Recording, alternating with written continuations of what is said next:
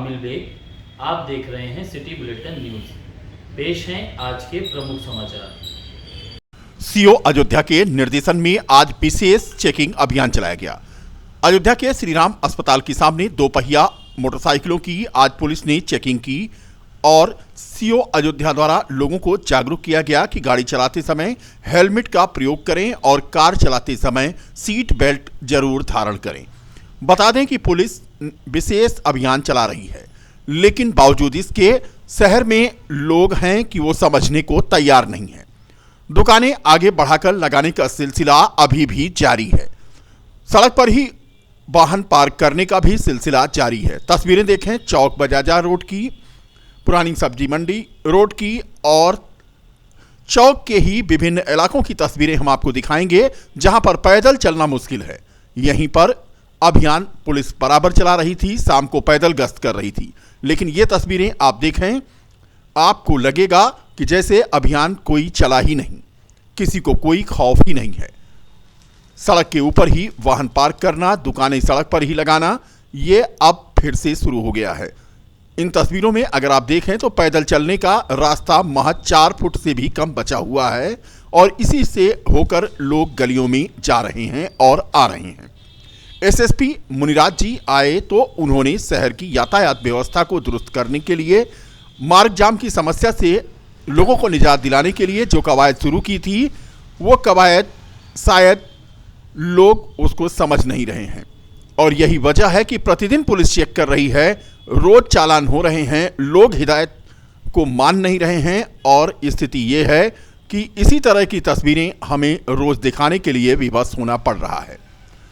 हालांकि ठंड का मौसम है तो अभी ज़्यादा लोग घरों से नहीं निकल रहे हैं, लेकिन जब भीड़ भाड़ शुरू होगी उसके बाद तो इन सड़कों पर क्या होगा। ये देखें आप तस्वीरें, सड़क पर ही ठेला, सड़क पर ही दुकान, जबकि सख्त हिदायत इन्हें पुलिस बराबर दे रही है कि ऐसा ना करें। ऊपर से ई रिक्शा अगर खड़ा हो गया तो जगह नहीं बचती है गलियों में आने जाने के लिए। सड़क पर ही बोरी से लेकर के ठेले तक लोग रखते हैं और इसके अलावा वाहन भी पार्क कर देते हैं रोड के ऊपर ही। ये तस्वीरें देखें रिकाबगंज से चौक जाने वाले मार्ग की।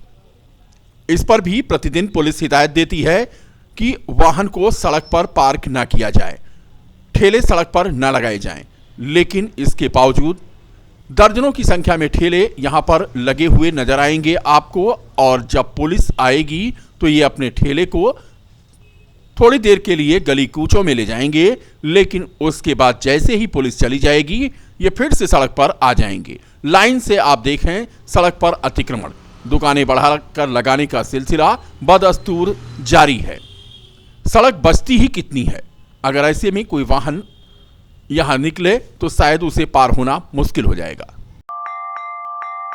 बचपन से थैलेसीमिया नामक बीमारी से जिंदगी और मौत से जूझ रहा एक 4 वर्षीय मासूम बच्चा अक्षित मिश्रा, पीजीआई में 6 माह से ही बच्चे का जा रहा है ब्लड ट्रांसप्लांट का इलाज किया जा रहा है। करीब 15 लाख रुपए अब तक इलाज में खर्च हो चुके हैं। अब इलाज के लिए माँ बाप के पास पैसे नहीं, कर्ज में डूबे बच्चे के माँ बाप का अब हाल बुरा है। बच्चे की इलाज की मदद के लिए वो गुहार लगा रहे हैं। मुख्यमंत्री सहायता कोष से 5 लाख रुपए का अनुदान पहुंचा है दिल्ली के अपोलो हॉस्पिटल में। मासूम बच्चे का अपोलो हॉस्पिटल में ऑपरेशन होना है और हॉस्पिटल के डॉक्टरों के अनुसार करीब 36 से 40 लाख रुपए का खर्च आएगा। पिता गांव में एक कपड़े की छोटी सी दुकान से अपने घर का खर्च चलाता है, भरण पोषण करता है और ये रहने वाला बीकापुर तहसील क्षेत्र के 35 कला के बुकनवा गांव का है। मेरा नाम अंतिमा मिश्रा है और मेरे बच्चे को थैलेसीमिया नाम की बीमारी है, जिसका हर महीने ब्लड ट्रांजैक्शन होता है और इसे ब्लड चढ़वाया जाता है हर महीने। और कहता है मेरे बच्चे को, कहता है आप लोग की मदद से मेरे बच्चे की जान बच सकती है, आप लोग सहयोग करेंगे तो मेरे बच्चे की जान बच जाएगी। आप लोग प्लीज़ मेरी मदद कीजिए। मेरे पति कर्ज लेकर अपने बच्चे का इलाज कराते हैं। जब से कोरोना काल में मेरे बच्चे का ब्लड ट्रांसजेक्शन होता था और मेरे पति इतने कर्जे लेकर डूब चुके हैं कि मेरे बच्चे का इलाज नहीं हो पा रहा है। मेरा नाम अखिलेश कुमार मिश्रा है। ग्राम पोस्ट बैतीकला, तहसील बीकापुर, अयोध्या का निवासी हूँ। मेरे बेटे को बचपन से ही थैलेसीमिया नाम बीमारी है, जिसका ब्लड ट्रांसफ्यूजन हर हम 1 महीने फिर 20 दिन 25 दिन पे कराते हैं पीजीआई में, जो कि बचपन से चल रहा है। कोरोना काल में हम इतना इनका इलाज करा चुके, इनका किसी से घर में मैच नहीं हुआ। हर चीज़ इसके लिए अपोलो द्वारा इनका बोन मैरो ट्रांसप्लांट अपोलो में कराना है, जिसका डॉक्टर साहब ने 36 लाख अप्रॉक्स मतलब 36 से 50 लाख का खर्चा बताए हैं, जो कि हमारी हिम्मत में नहीं है। जितना भी हमारा पैसा था इसके इलाज में, कोरोना काल में ब्लड डोनेट सब कुछ करने में, कोरोना काल में ब्लड नहीं मिल पा रहा था। किसी न किसी मुसीबत से हित मित से ब्लड दिला के, दवा मंगा के सब कुछ इसका कराए हैं, और अब हम इसका बोन ट्रांसप्लांट कराने के सक्षम नहीं हैं। आप लोग का सहयोग चाहते हैं। अयोध्या के कनीगंज स्थित श्री राम अवध अंध ज्ञान विद्यालय में लुईस ब्रेल की जन्मतिथि मनाई गई। कार्यक्रम का शुभारंभ अखिल भारतीय हिंदू महासभा की प्रदेश महामंत्री आरती यादव ने मां सरस्वती के चित्र पर पुष्प और दीप प्रज्वलन कर किया। इसके बाद विद्यालय के बच्चों ने यहां पर सरस्वती वंदना के साथ साथ स्वागत गीत और भाषण के माध्यम से लुई ब्रेल के जीवन पर प्रकाश डाला। कार्यक्रम के आयोजक अखिल भारत हिंदू महासभा की प्रदेश महामंत्री आरती यादव ने बताया कि आज 4 जनवरी का दिन दुनिया भर में ब्रेल दिवस के रूप में मनाया जाता है, क्योंकि आज ही के दिन ब्रेल लिपि के आविष्कारक लुईस ब्रेल का जन्म हुआ था।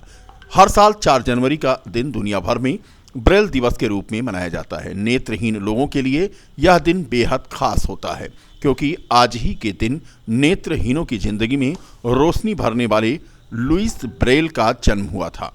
लुईस ब्रेल ने ही ब्रेल लिपि को जन्म दिया था, जिसके चलते आज दृष्टिहीन लोग भी पढ़ लिख रहे हैं और आगे बढ़ रहे हैं।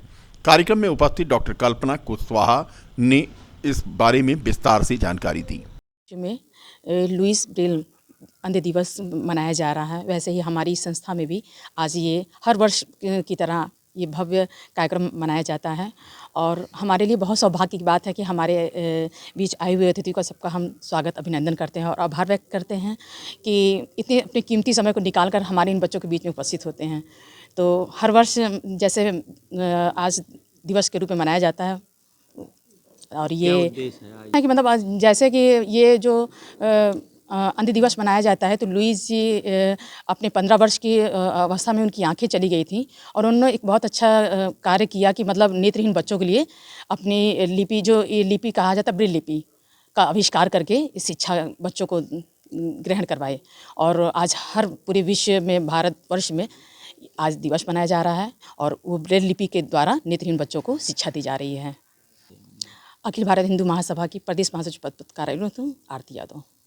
आज जैसे कि दिव्यांग मतलब नेत्र बाधित जो हमारे बच्चे हैं, उनको जो पढ़ने और लिखने में जो सहायता करती है उसको हम ब्रेल लिपि कहते हैं, और उस ब्रेल लिपि के जो महान रचयिता जो हमारे लुईस ब्रेल हैं, उनका आज पूरा विश्व ब्रेल दिवस के रूप में हम यहाँ सेलिब्रेट करने अपने ये हमारे अंध विश्वविद्यालय अवध अंध ज्ञान विद्यालय में आज हम लोग यहाँ उपस्थित हुए हैं, और उन्हीं को याद करते हुए हम लोग यहाँ पे इस कार्यक्रम को संपन्न कर रहे हैं। और इसका उद्देश्य यही है कि हमारे जो बच्चे दिव्यांग हैं उनको जो मतलब पढ़ने लिखने में जो सहायता करते हैं, या जो हमारे बच्चे हैं उनका मतलब एक मानवता का जो अपना अधिकार है, वो हमारे इन बच्चों को इसके द्वारा उनको एहसास दिलाता है कि आप कहीं ना कहीं मतलब कि पूर्ण हैं। आप इसको पढ़ के अपने आप को आप अपने जीवन को सफल बना सकते हैं। और मैं ईश्वर से यही प्रार्थना करूंगी कि हमारे विश्व में जितने भी हमारे दिव्यांग बच्चे हैं उनका भविष्य बहुत उज्जवल हो। मैं डॉक्टर कल्पना कुशवाहा, होम्योपैथिक फिजिशियन। गर्भवती महिलाओं तथा नवजात शिशु के स्वास्थ्य लक्षण के लिए राष्ट्रीय ग्रामीण आजीविका मिशन के तहत विकासखंड बीकापुर के 30 ग्राम पंचायतों से स्वास्थ्य सखी पद के लिए बुधवार को साक्षात्कार लिया गया। विकासखंड बीकापुर के सभागार में जिला मिशन प्रबंधक सरिता वर्मा की अध्यक्षता में सहायक विकास अधिकारी बद्री प्रसाद पांडे तथा ब्लॉक मिशन प्रबंधक राजाराम वर्मा की टीम ने 142 प्रतिभागियों की दक्षता का परीक्षण करते हुए उनका साक्षात्कार लिया। इस दौरान बीकापुर विकासखंड के ग्राम पंचायतों से बड़ी तादाद में स्वास्थ्य सचिव पद के लिए महिलाओं ने आवेदन करते हुए प्रतिभाग किया। साक्षात्कार में लगी ग्राम पंचायत विकास अधिकारी बद्री प्रसाद वर्मा ने बताया कि साक्षात्कार प्रक्रिया पूर्ण रूप से निष्पक्ष तथा पारदर्शी तरीके से संपन्न की गई है। इस दौरान राष्ट्रीय ग्रामीण आजीविका मिशन की जिला मिशन प्रबंधक सरिता वर्मा ने साक्षात्कार के लिए आने वाली अभ्यर्थी महिलाओं से बड़े ही सलीके से उनके विषय में जानकारी प्राप्त की तथा दूरभाष द्वारा उन्हें सूचित करके उन्हें चयन की प्रक्रिया को पूर्ण करने की भी जानकारी दी ताकि चयन के बाद उनका प्रशिक्षण संपन्न कराया जा सके। सरिता वर्मा है, मैं यहाँ पर राष्ट्रीय ग्रामीण आजीविका मिशन से जिला मिशन प्रबंधक हूँ। आज यहाँ बीकापुर ब्लॉक में इस ब्लॉक के 30 राजस्व गांवों में ICRP FNSW का चयन किया जाना है, जो महिलाएं जाकर के अपने गांव में समूह की ही महिलाओं के साथ में स्वास्थ्य पर काम करेंगी। बच्चे हुए गर्भवती महिलाएं हैं और टीकाकरण पे इनके साथ काम करेंगे। तो इसके लिए जो सबसे पहली प्रक्रिया थी कि इनके आवेदन मंगाना, एक गांव से कम 5-5 फॉर्म मिनिमम आने थे जो आ गए हैं। इसके पश्चात इनकी छटनी हुई है। जो महिलाएं हमारी पात्र थी जो कम से कम हाई स्कूल पढ़ी हुई हों, ऐसे फार्मों को स्क्रीन किया गया। उसके बाद लिखित परीक्षा कराई गई। लिखित परीक्षा पास होने के लिए मिनिमम 50% इनको नंबर लाने थे।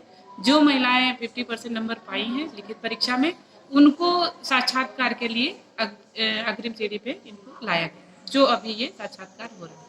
इसमें भी जो पास हो जाएंगे फिर इनकी ट्रेनिंग होगी 4 दिन की आवासीय ट्रेनिंग। उसके बाद अपने गांव में काम शुरू करेंगे। आरोप है कि स्कूल में प्रधान जी की हुजूरी में कोताही बरती तो उसके एवज में उमरनी पिपरी गांव में एक गरीब विधवा रसोइया को अपनी नौकरी से हाथ धोना पड़ गया।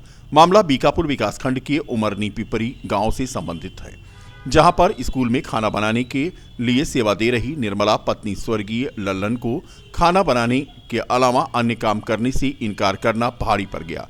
पीड़िता ने आरोप लगाया है कि स्कूल की सफाई करने से इनकार करने के कारण ग्राम प्रधान तथा विद्यालय प्रबंधन ने उसे बिना किसी लिखा पढ़ी की सेवा से बेदखल कर दिया। पीड़िता ने जिला बेसिक शिक्षा अधिकारी के समक्ष शिकायत करते हुए आरोप कई लगाए हैं।